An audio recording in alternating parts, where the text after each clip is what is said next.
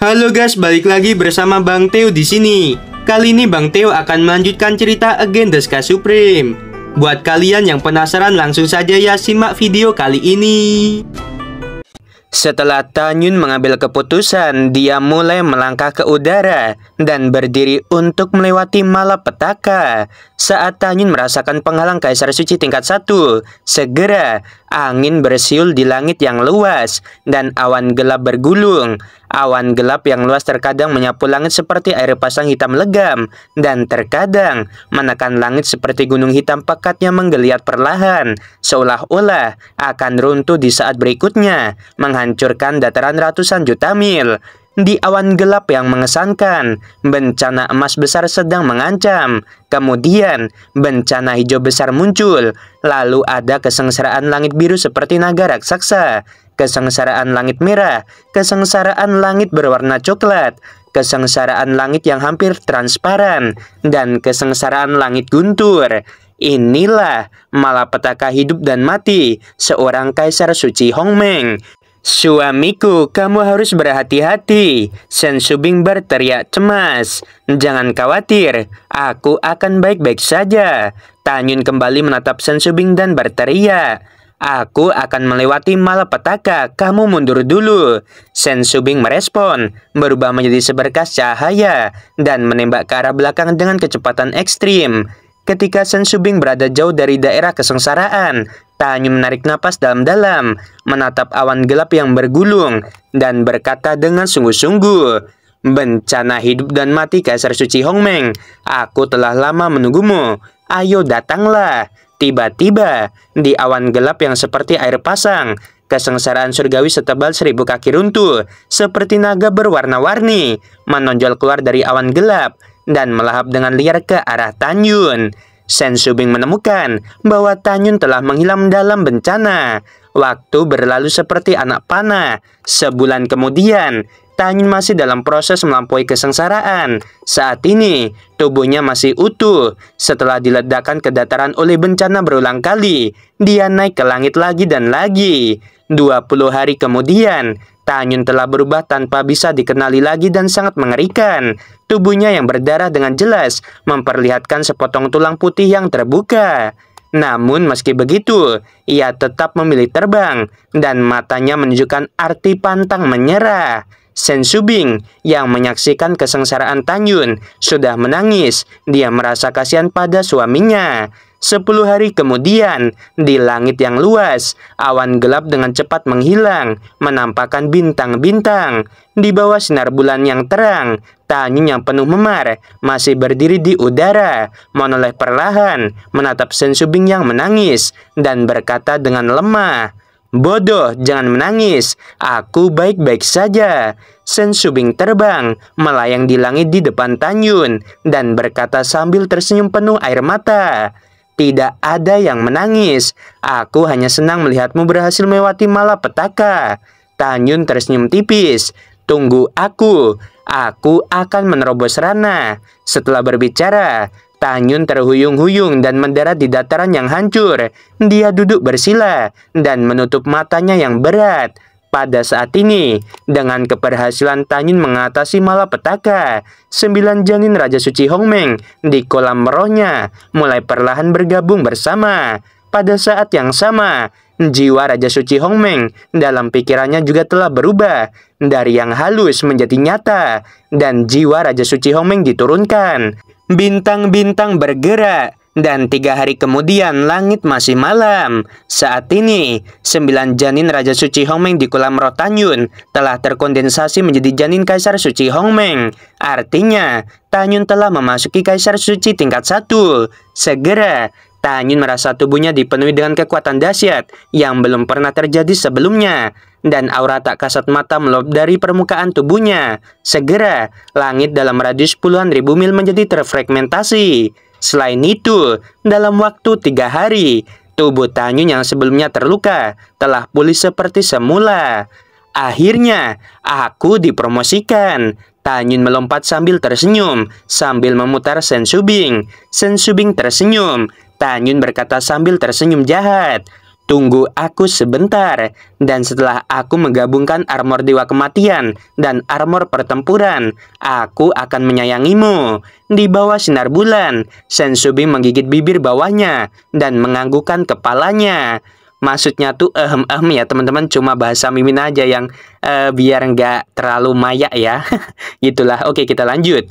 Kemudian, Tanyun mengeluarkan pagoda Ling Xiao dan memasukinya. Segera, ukuran tubuh Tanyun melonjak hingga 12.000 kaki. Armor kematian mengembun di permukaan tubuhnya. Kemudian armor pertempuran juga melapisi tubuhnya. Tanyun duduk bersila, memejamkan mata, dan berkata dengan sungguh-sungguh, "Dua menjadi satu." Segera, dua armor perlahan bergabung dengan kecepatan yang terlihat dengan mata telanjang. Sesaat kemudian, Tanyun di pagoda telah menyelesaikan perpaduan armor kematian dan armor pertempuran Hongmeng, membentuk satu set armor Hongmeng abu-abu. Tanyun memiliki senyum puas di wajahnya. Rambutnya menari-nari dan seberkas kesadaran ilahi yang tak terlihat naik ke langit sampai 3 miliar mil.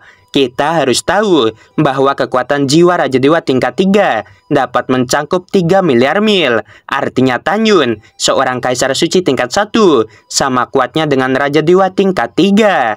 Tanyun menarik kesadarannya dan sudut mulutnya sedikit terangkat. Dengan kekuatanku saat ini, untuk menantang level, aku dapat dengan mudah menghabisi Raja Dewa tingkat 3. Jika aku melakukan yang terbaik, aku tidak akan takut pada Raja Dewa tingkat 5 biasa. Segera, jejak cahaya dingin muncul di mata Tanyun. "Sanpeng, meskipun aku bukan lawanmu sekarang, dengan kekuatanku saat ini, itu sudah cukup untuk menghabisi klanmu." Setelah mengambil keputusan, tubuh Tanyun kembali ke ukuran normal, melangkah keluar pagoda, dan dalam erangan centil Sensubing, dia mengangkat pinggangnya dan memasuki pagoda. Tanyun menundukkan kepalanya dan mencium bibir merah Sensubing. Pada saat ini, gerbang pagoda perlahan ditutup. Setelah lebih dari 2 jam, Tanyun membawa Sensubing yang semakin menawan dan meninggalkan pagoda, berbaring di rumput sambil memandangi langit malam. "Suamiku," Sensubing meringkuk dalam pelukan Tanyun dan berkata dengan lembut, "Meskipun balas dendam kita semakin dekat, itu juga tidak jauh dari hari ketika alam semesta dihancurkan. Bisakah kamu berjanji kepadaku bahwa kamu tidak akan mengorbankan diri untuk menyelamatkan dunia? Aku yakin pasti ada cara lain untuk mencegah kehancuran alam semesta." Sensubing tahu bahwa untuk mencegah kehancuran alam semesta yang dahsyat, jantung Xiyuan, jantung Xingtian, dan jantung Hongmeng diperlukan. Tuan yang memiliki 3 jantung dewa utama harus mengorbankan darah untuk merangsang ketiga jantung dewa dengan kehidupannya. Sensubing merasa sedih setiap kali dia berpikir bahwa Tanyun akan mengorbankan hidupnya untuk menyelamatkan dunia di masa depan. "Baiklah, aku berjanji. Aku pasti akan mencari cara lain. Aku tidak akan mengambil risiko."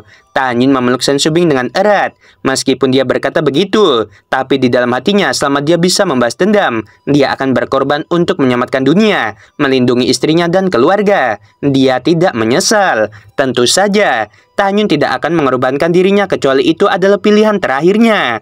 Ia juga seorang manusia, dan ia juga ingin hidup bahagia bersama orang tua dan istrinya.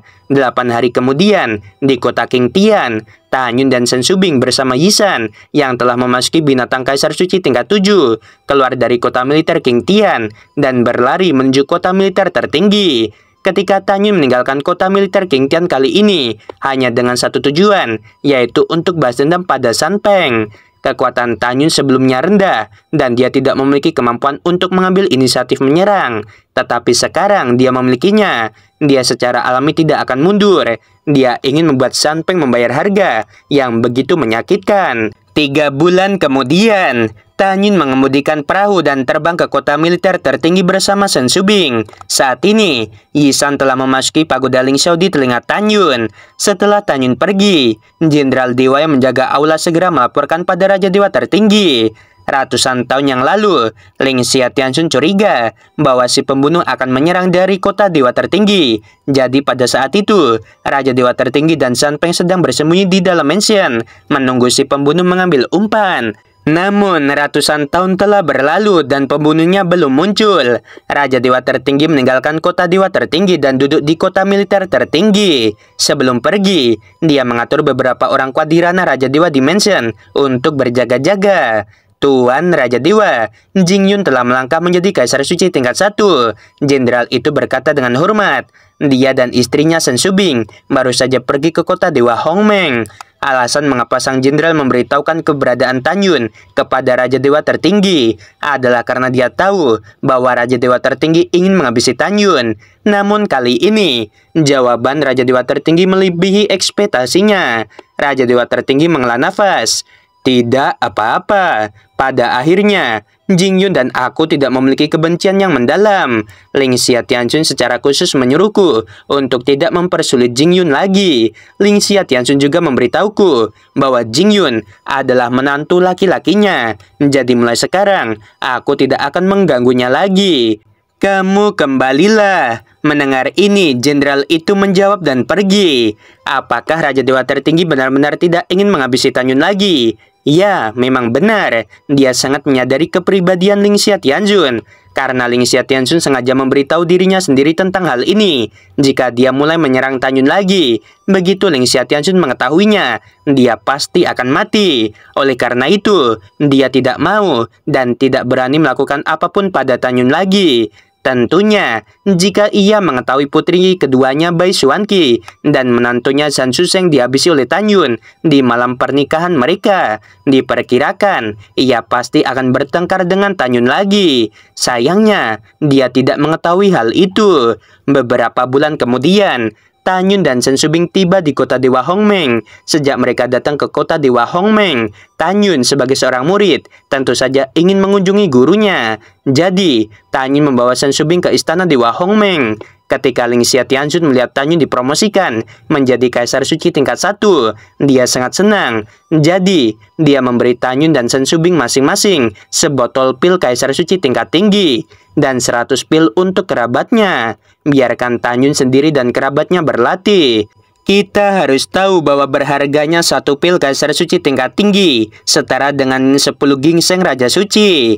Terlihat betapa Ling Xia Tianxun sangat menghargai Tan Yun. Setelah Tan Yun menerima pil, dia pergi bersama Shen Shubing. Dia tidak mengganggu Li Xiyin dan Li Ximin yang sedang mundur. Ketika Shen Shubing meninggalkan istana Dewa Hongmeng, dia tiba-tiba melihat ke belakang, melirik ke arah istana dan menghela nafas. Matanya menunjukkan sedikit kesedihan. Tan Yun melihat tatapan matanya dan berkata, "Shubing, istana Hongmeng adalah rumah kita. Cepat atau lambat, suatu hari nanti kita akan mendapatkannya kembali."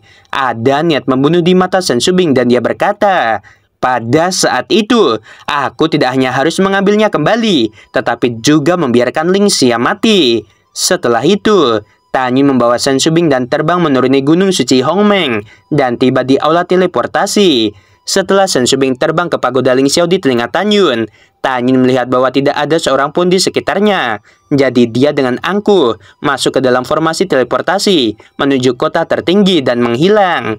Sebulan kemudian, malam tiba. Di kota Dewa Tertinggi, seorang pria parubaya dengan jangkut dan jubah ungu keluar. Seperti inilah rupa Tan Yun setelah menyamar. Tan Yun datang ke gerbang kota menggunakan mata Dewa Hongmeng, dan setelah mengendalikan jenderal dewa yang menjaga gerbang kota, dia memasuki kota Dewa Tertinggi tanpa hambatan. 1 jam kemudian, lentera menyala dan malam terasa menawan.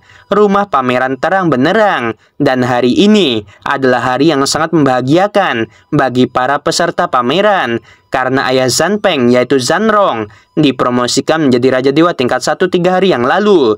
Jadi dia mengadakan jamuan makan untuk memberi selamat padanya. Karena bakat Sang Rong biasa-biasa saja, setelah ribuan tahun berkultivasi, dia sekarang hanya menjadi Raja Dewa tingkat 1, dan putranya Zhan Peng telah memasuki ranah Raja Dewa tingkat 9, merupakan salah satu orang berbakat dari sedikit orang di alam Dewa Hongmeng.